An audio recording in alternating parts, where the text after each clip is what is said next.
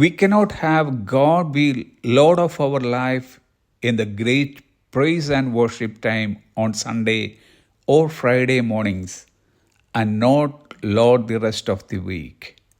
ഞായറാഴ്ചകളിലെയോ ചിലയിടങ്ങളിലെ വെള്ളിയാഴ്ചകളിലെയോ ഉള്ള വലിയ സ്തുതി ആരാധനാ സമയത്ത് ദൈവം നമ്മുടെ ജീവിതത്തിൻ്റെ കർത്താവായിരിക്കാനും ആഴ്ചയിലെ ബാക്കി സമയം കർത്താവായിരിക്കാതിരിക്കാനും കഴിയുകയില്ല.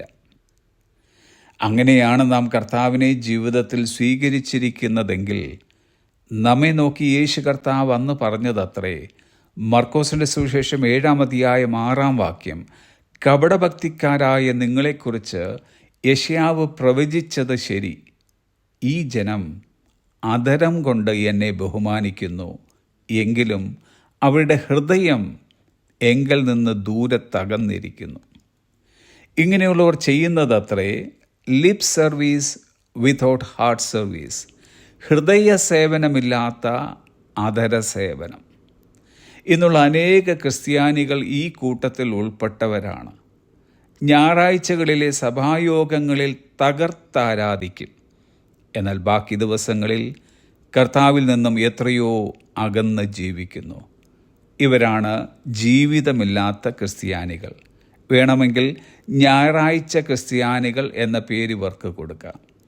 യേശു കർത്താവ് ഇങ്ങനെ പറഞ്ഞു, ലൂക്കോസിൻ്റെ സുവിശേഷം 6-ാം അധ്യായം 46-ാം വാക്യം, നിങ്ങൾ എന്നെ കർത്താവേ കർത്താവേ എന്ന് വിളിക്കുകയും ഞാൻ പറയുന്നത് ചെയ്യാതിരിക്കുകയും ചെയ്യുന്നത് എന്ത്? കർത്താവേ കർത്താവേ എന്ന വിളിക്ക് യാതൊരു കുറവുമില്ല, പക്ഷേ കർത്താവിനെ അനുസരിക്കാതിരിക്കുന്നു. പ്രവാചകനായ ശൗമേൽ ഇപ്രകാരം പ്രസ്താവിച്ചിരിക്കുന്നു, ഇതാ അനുസരിക്കുന്നത് യാഗത്തെക്കാളും ശ്രദ്ധിക്കുന്നത് മുട്ടാടുകളുടെ മേധസ്സിനേക്കാളും നല്ലത് എന്ന്. കർത്താവിനെ അനുസരിക്കുവാൻ കഴിയുന്നില്ല എങ്കിൽ നമ്മുടെ ആരാധനകൾ കൊണ്ടോ കർത്താവിനെ കർത്താവേ കർത്താവേ എന്ന് 1000 വട്ടം വിളിച്ചത് കൊണ്ടോ യാതൊരു പ്രയോജനവും ഉണ്ടാകുന്നില്ല. കർത്താവ് നമ്മിൽ പ്രസാദിക്കുന്നുമില്ല.